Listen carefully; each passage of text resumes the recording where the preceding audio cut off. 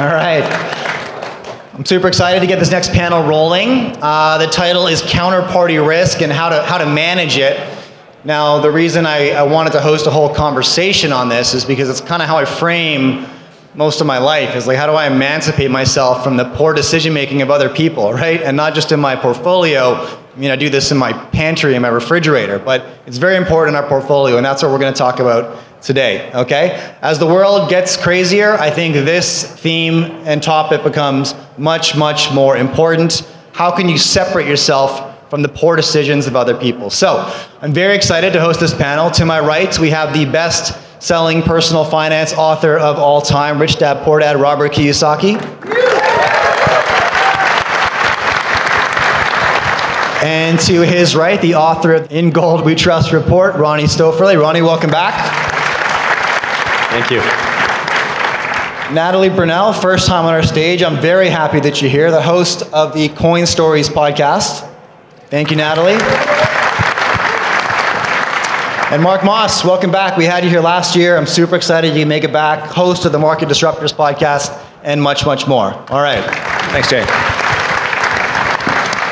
So I thought the most valuable question we could open this panel up with is, what is counterparty risk? Maybe let's start with that. I gave you kind of my description of that, but Mark, can I pass this question to you? You know, what is counterparty risk, and why is this something that investors need to think about and people need to think about? Yeah, I mean, you mentioned it from a broader sense, like you think about it in all areas of your life, trying to kind of make yourself more sovereign, if you will, right? So you can direct your life as you see fit. But typically we talk about it in the financial sense. We're here at an investing conference. So counterparty risk is where somebody else has your money. That's typically how I think about it, right? Somebody else has control over your future. And so I was speaking with some people earlier before I spoke in this back room, and they were asking me about their stock certificates, and they were trying to chase down the paper trail and see if they could get actual the certificates in hand, and they found out that they couldn't.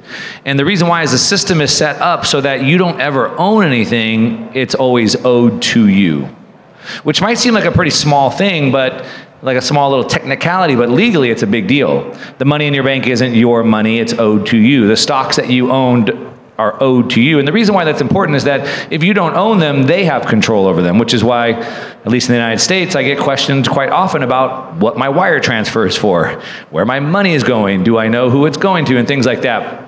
And so you have to understand who has control over that asset and what they may or may not want you to do and allow you to do with it, and even more importantly, what that means in the future. So for example, with Bitcoin, we think about counterparty risk. I can either custody it myself. My gold, I can custody it myself. I could have my gold in a vault. I could have my Bitcoin on an exchange. But what might happen in the future into some sort of a policy or regulation that they may decide not to let me get it out? In gold in 1933, Americans found out the hard way that counterparty risk was strong when the banks wouldn't allow them to get the gold out. And so then we think about what could happen in the future that would affect that. And as Jay said, we're always trying to limit that counterparty risk as best as possible. We'll get into some of the ways that we can do that, but that's sort of how I think about it, trying to understand the risks that we have, understanding that the counterparty is a big risk that we have, and then understanding what are the potential implications and how that could affect me. Thank you, Mark. I appreciate that. Now, Robert, over to you. As much as I know about your life and your portfolio, you've removed most of the counterparty risk from your existence. My question for you, though, is when did you begin to understand this was going to be important and start moving that direction, and what was the trigger point? Well, first of all, I wrote Rich Dad, Poor Dad because we have no financial education in our schools. And so the biggest risk is their education. But as I get older and older and older, I realize the biggest counterparty risk is the person in the mirror. I gotta look at me. And do I drink my own Kool-Aid? Do you know what I mean? Yeah. And what are my spending habits? So that's the biggest counterparty is myself, the man in the mirror, woman in the mirror. But I commend you all for being here because you're more trustworthy than somebody who's not here, because you've come to learn. And I think that's the biggest, it's a person who has stopped learning, who has stopped growing, is the biggest risk of all. And we all have them. They're called our families. Thank you.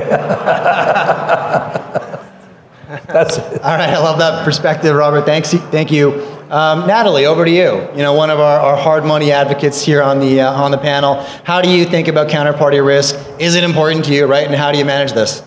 Certainly. I mean, counterparty risk is about trust. Who can you trust? We see trust breaking down all around us.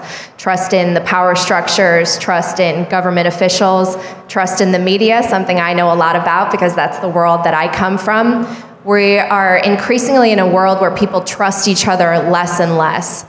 And there's good reason for that, right? Because we've seen cycles of fraud and with regards to monetary policy, consistently debasement to the point that we no longer have purchasing power. And so now we have a trustless system that has been introduced. That's why I'm such an advocate for Bitcoin, because Bitcoin, through this digital network, we don't have to trust anyone. You can like someone, hate them, they can be your friend or enemy.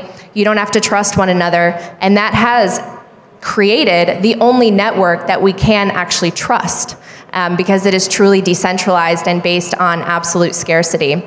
So I have a lot of faith in Bitcoin, and something that I'm thinking about when I zoom out, it's just geopolitics and how the world is evolving.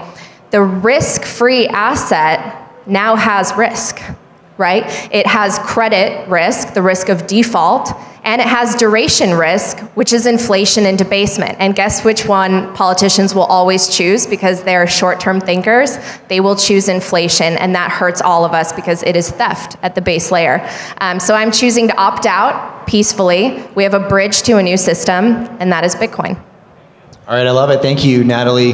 Ronnie, over to you. Similar question. You know, what I would tell you is that the number of super young kids that I met at this conference, and I mean young, like 15, 16 years old, who are suddenly here, curious about hard money and what that is, asking interesting questions that I wasn't asking when I was 15, right? And then you look at the emergence of assets like Bitcoin, right? Obviously, more and more people are turning their head this direction. So is the significance and threat of counterparty risk escalated significantly in the last decade? And if so, what would you point to as some contributing factors? I would say in the traditional investment world, it hasn't really changed at all. I think that most of the players still believe in the system. But obviously with COVID, I think many people just had to stay at home. They watched like stuff on YouTube, and they found out about, I don't know, the Austrian School of Economics, about Bitcoin, how our monetary system works. And I see from many people all over the globe that they're now starting to question actually the stuff that they always thought to be true. I wanted to get back to what Natalie said about trust. Our report it's no coincidence that it's called In Gold We Trust. And I think many people don't realize that trust is actually the foundation of our societies, that trust is the foundation of doing business. And the interesting thing about trust, it's very asymmetrical. I remember when I started in credit derivatives trading as a young kid, I didn't know what I was doing, and I think my bosses also didn't really know what they were trading with all those CLOs, ABS, and so on. But I remember there were like sales guys from London coming in from Lehman Brothers, and everybody said, Lehman Brothers, this company is around for 150 years, didn't have one quarter making a loss. And then actually it happened. It took just a couple of rumors, and the loss of trust in the solvency of Lehman Brothers went bust. So this asymmetry of trust, it takes ages to build it up, and then it can go very quickly to completely evaporate. That's something very important, and therefore I think, you know, at the moment everything on the surface seems very fine, but we all know that there's lots of risk around, not only the geopolitical risk, we know that the consequences of this massive hike in interest rates within a very short time frame causes lots of problems all over the globe. I can tell you, coming from Europe, the real estate sector is a mess. We're seeing so many zombie companies that are really struggling with that level of interest rates. So I think at some point counterparty risk will come back, but so far everybody is still pretty relaxed about that. Jay, if I can. Please. echoing on, jumping onto this, trust. And I think, we're talking here at a financial conference, but if you want to take it to a philosophical level, back to sort of trust being that sort of foundation of society. It's no coincidence that trust is at this low point, and the World Economic Forum, all you guys love those guys, right? Don't worry, they got your life under control. But they just had their meeting last week in Davos, and the main theme of the event was, how do we regain trust? That's like the whole theme. They talked about how do we regain trust. One of their big ideas, the number one risk factor they said, is misinformation and malinformation. So if they can censor what you think, they'll get more trust apparently. But I think while it seems a little bit, like I said, philosophical, you have to understand that really what underpins a society. At dinner, we had a good conversation last night talking about Brent Johnson talked about the earliest forms of money were always actually credit-based. And so, hey, I'll give you this favor if you give me a favor back later. So it was based off of trust, right? It's always trust. All credit is trust. If I give you an asset, even if I let you rent my house, I trust that you won't squat in, I trust that you won't tear it down, etc. And I think we're at a point, unfortunately, where trust has been damaged, it's been destroyed. Ronnie said maybe it's not that bad right now. I would argue the opposite. I think we saw it continue to escalate in the financial system, really escalated here in Canada with the trucker protest, where we saw exactly what could happen if you're just on the wrong side of what your government may want. And then we saw it when one of 3 global superpowers like Russia got their bank account seized. And I think the whole world was put on notice, like if it can happen to Russia, it can happen to anybody. If it can happen to the truckers, anybody. And I think the whole world was put on notice. And I think, you've all had a relationship, a business partner that was caught embezzling, a girlfriend, boyfriend, spouse that may have cheated. That trust doesn't come back. And so I think it's like, how do we evolve now? Where do we go from here? And I think that's probably the biggest question if we want to think about it. A philosophical one, but it's an economic one as well. Yeah, I want to ask that exact question. Actually, where do we go from here? Because I think you're absolutely right, and I think that a lack of trust in maybe every single system that we rely on has permeated our culture pretty dramatically, and people are looking for alternatives. And that's why in a 24-month relatively bear market in this industry, the hall is full, right? Because people are looking for alternatives. I'm just going to hand you this one, Natalie. Where does the world go from here in terms of trust and currency? Well, I look at this room and you're absolutely right. I mean, people are looking for sources to trust, and there are so many now. I mean, media has fragmented, information's fragmented, and I think that there is such a loss of values as well. I mean, this has permeated society to a really, really deep level, and people are looking out for hope. And so I think that there's a good reason why there's just this turn to sound money and hard money. More attention is being placed on both gold as well as alternative digital assets like Bitcoin. And I think that will continue, because the alternative, again, on the other side is they will need to print, because our entire system is built on credit. The fractional reserve banking is to an extent where, what was it, when the Silicon Valley Bank collapsed, they didn't have like 5% of what they needed to have when the bank run started. So I mean, the money that you are all transacting with doesn't physically exist. The debt is insolvent. We can never pay it back. We have to print. We have to inflate our way out of it, which means for the average person, they desperately have to find something that will retain purchasing power. They need to find scarce assets. And that's why I do find so much hope in Bitcoin, because it dematerialized property. It put it into cyberspace where it can live forever, for 1,000 years, and you can rely on it. Yes, it's volatile in the short term, but I would argue that it's actually the US dollar and these other fiat currencies that, as they're weakening over time, they are what is volatile, reflected in the Bitcoin price, because one Bitcoin is one Bitcoin. So I think more and more people will turn to these alternatives. I think the education is so important, right? Because the average person, to Robert's earlier point, does not get the financial literacy education they need. We're not taught in school how money printing works, the history of money, fractional reserve banking, and the things that really affect your life on a day-to-day basis. I mean, you can't walk out the door without spending 20 bucks, right? Or 50 bucks, or whatever it is. I mean, today it's more expensive than ever. Money is at the base layer of all of our interactions. And so you need to have a money that doesn't lose its purchasing power, one that you can trust, one that's decentralized, that's in cyberspace, not controlled or manipulated by anyone, and one that can't just be inflated so that your purchasing power decreases every year. So, Do you think it's an inevitability that we trend towards a central bank issued digital currency? I think about this as, you know, Mark, I might hand this back to you because this is kind of your pocket, but inevitable, right? We digitize everything. Central bank issued digital currency would hand a ton of power over to the issuers of currency, so it's in the best interest for them to go this direction. I can't think of one reason why we're not going to be in that world as soon as 5 or 10 years. Yeah, I would agree. I mean, there's the only reason why we wouldn't is if the people kind of push back enough, but that's probably not enough to hold the tide back on that. So I would agree. What's interesting about this is if you look at, you know, what Christine Lagarde says, head of the IMF over there, or the ECB now, she was convicted criminal at the IMF, head of the ECB over there, and you look at even Bank of Canada, but really what she said is that, well, the people want digital money. That's what they want. Look, they're trying these things like cryptocurrency, so we should give them a digital money. That'd be much better. And so we need to give them a CBDC. You have the BIS putting out papers saying that the people need this. This is what they want. This is what they're trying to do, but there will never be trust with this money unless it's issued from a central bank. So we must give it to them. That's how deranged they are. Like the WEF is saying that we must restore trust by censoring you. And so yeah, so they're so deranged. So they think that's what we want, and they're going to give it to us. They also need it. They need it for control. They need it for injecting liquidity and things like that. I would say, though, as bad as it is, and as scary as it is, and as almost certain as it is, it's probably not that scary because we have alternatives to that. And if there wasn't an alternative, then it would be kind of hopeless.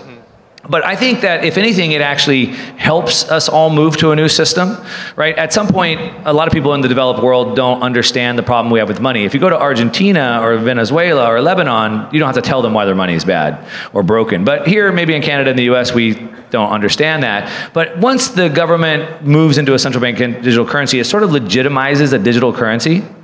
Oh, now I'm using it. It must be okay. The government gave it to me. And then I'm able to see it in real time against another asset like Bitcoin. Why does the central bank digital currency cost me more things to buy the good or service, and Bitcoin cost me less to buy the good or service? Why is that working? And why does the central bank digital currency limit what I can spend on? Oh, I can't buy steak today? Oh, no more gas in my car? But I can spend my Bitcoin. And so I think it's going to be glaringly obvious what the differences are, and right now it's not. And I think, unfortunately, we move in our own self-interest, and we need a little bit more pressure in order to move, and I think central bank digital currencies will certainly be that pressure. Now, you talked about values a little bit, so did you, Mark, and maybe they're lacking right now. This morning on this stage, we spoke a lot about the cycles of empire, and what do you see at the beginning, the emergence of an empire, when you see the ascent to power, what has to be present in the culture. And the first thing is values, right? The population has to be aligned in their values. It doesn't matter so much what they're aligned on. It can be cultural, political, religious, doesn't matter. But if they're aligned, they'll cooperate, and they won't constantly fall back into infighting and stall the growth of the nation, which happens far more frequently. But that alignment has to go all the way to the top, right? You've got to be governed in such a way that rewards productivity, similar values. Obviously, oppressive, corrupt government stymies all of that. When we think through, and I don't know how many of you were at the talks this morning where we covered the red flag activities we see during the declining years of the empire, the financial insolvency, internal unrest, and external competitors. But we painted a picture that's kind of dire for the balance of this decade. So how do you structure your portfolio right now if we're heading towards what is probably the most volatile decade of my life? I mean, I'm looking at 40. I'm almost 40, right? So my whole life has been increased globalization and relative stability, right? I think that's maybe going to change, and the next decade might be a bit less predictable than the previous 4. So walk me through your portfolios right now. How are you protecting your wealth? Where are you looking for upside, right? And Robert, I'll start with you. Well, again, I'm glad you guys are here. But sitting out there, the reason I like this conference was 20 years ago, I was one of those guys. I was a little miner, a junior miner at a startup. And we struck this probably about $20 billion companies out there. And they're sitting right in front of you. But if you cannot analyze what a $1 billion company looks like, then you're the risk. So I know I started a $1 billion company, and I took it public on the Toronto Stock Exchange. And as soon as we struck gold in China, the Chinese nationalized it. And I lost my first $1 billion business. but it gave me a taste of it. So I just like to say to you guys, it's right out there. And I would say your job, and that's why I love what you're doing, Jay, is your job is go find the good deals from the bad deals. There's several billion-dollar companies out there, but if you don't know what they look like or who they are, their management teams and what the assays are, then you're the risk. But there's more opportunity than ever before because we all know the macro. I could go into the Fed and all this and talk about the macro, but the micro is here today. Sitting out there are some billion-dollar companies that can make you richer than your wildest dreams. So I come back here, Jay, for me. I come to look at those deals out there, and I encourage you all to do the same. I'll take that. I like it, Robert. Thank you very much.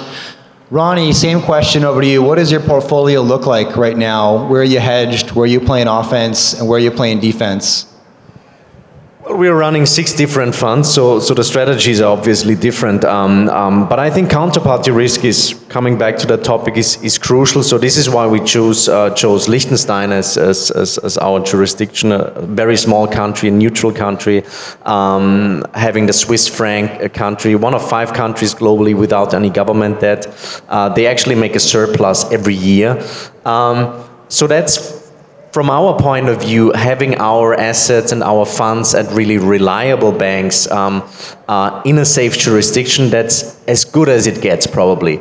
We've got a couple of funds that hold physical gold outside of the banking system. We've got our Bitcoin in cold storage.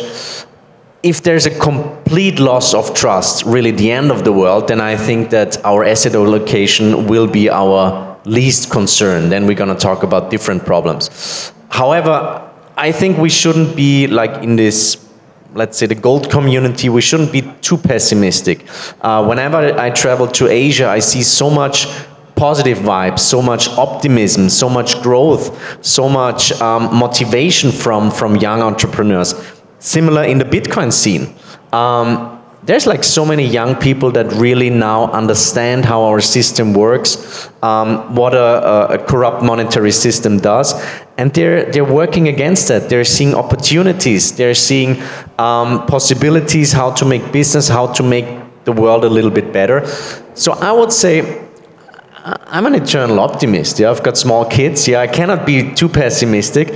But of course, I mean, hope for the best, prepare for the worst is something that always works. I think gold is a part of the answer. I've got a Roman denarius here. This is a coin that is 1,500 years old, and it still protects my purchasing power.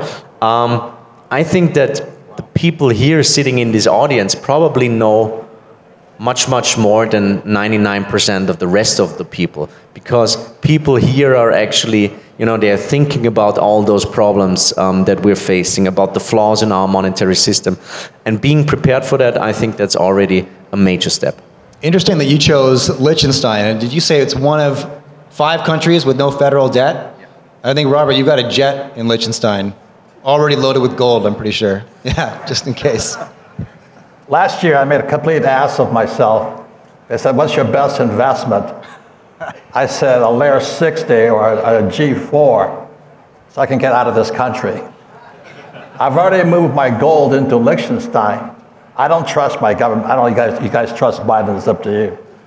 But I moved it out of this country, and I want to make sure that I either have access to, I own a jet, and get me out of this country. So right now, there was a book written by Ayn Rand called Atlas Shrugged. It's Ayn Rand time. It's time that capitalists go into hiding because the socialists are coming after us. That's my warning.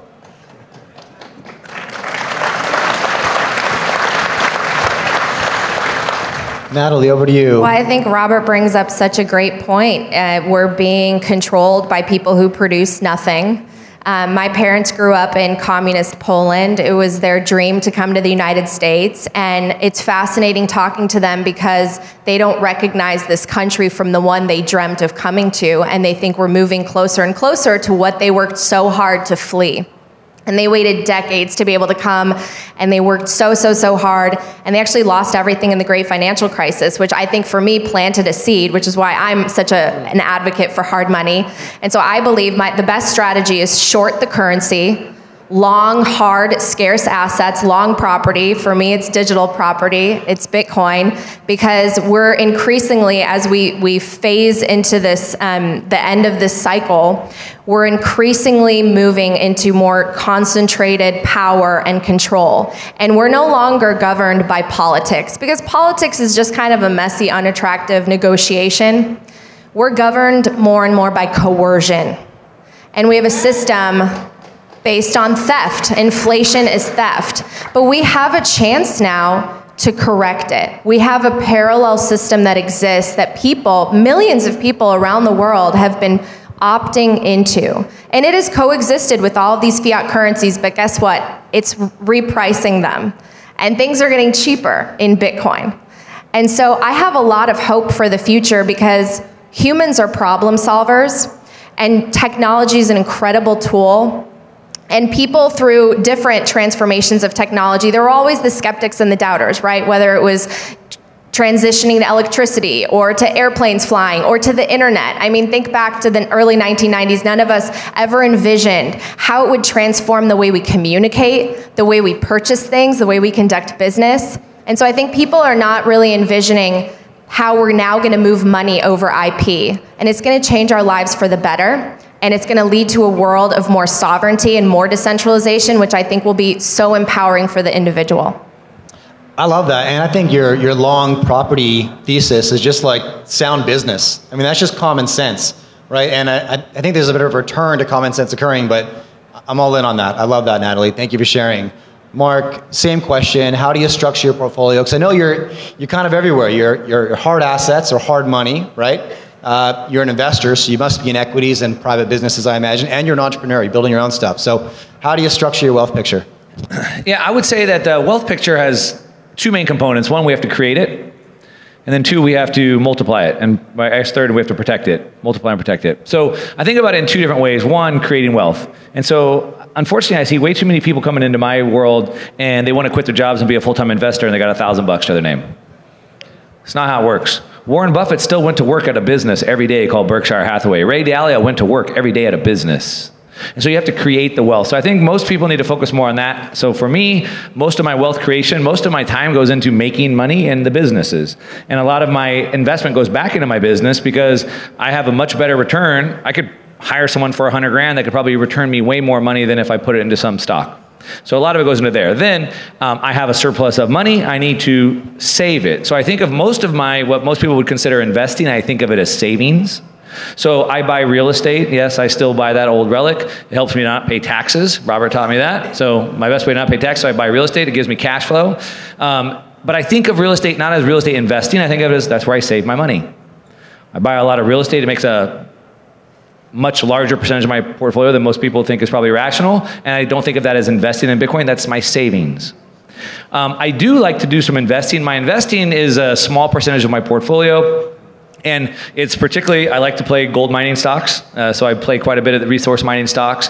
I have a fund, Bitcoin Opportunity Fund. We invest into early stage Bitcoin opportunities. I'm in some other venture capital funds in the Bitcoin space as well, Trammell Venture Partners. So a small percentage of my portfolio, that's where I'm investing. Like I said, gold miners, like Robert said, some of these companies can make you extremely wealthy. I'm currently building a house on the beach, 5 or 6 bedroom house in Mexico. I told Jay about it. The whole thing was paid for by one of these companies that's here.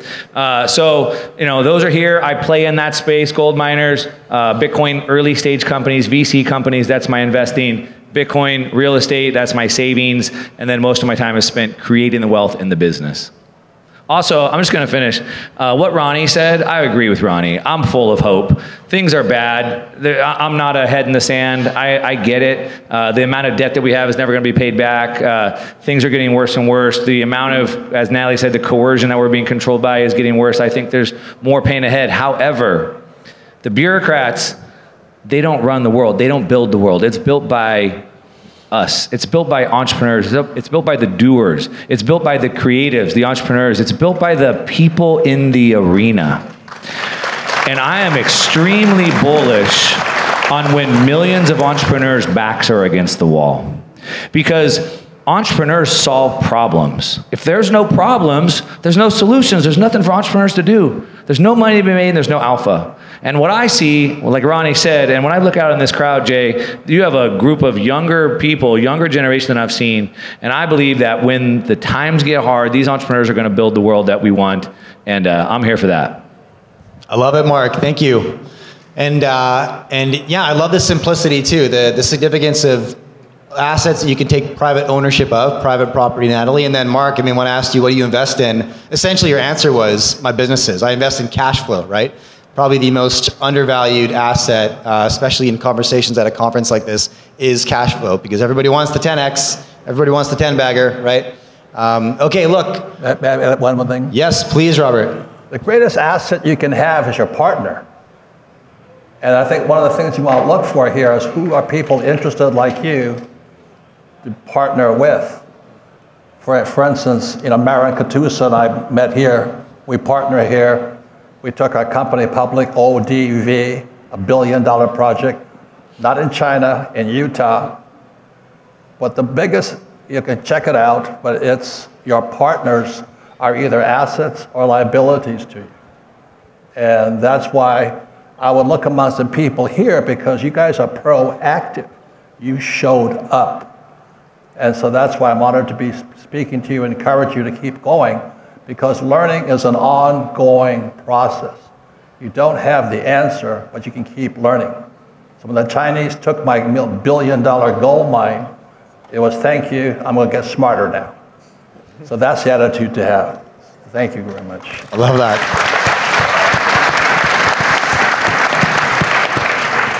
All right, so good values, good people, private property, and cash flow. I think that's the lesson of the panel. Thank you so much for joining me up here today. Let's give them a round of applause, please.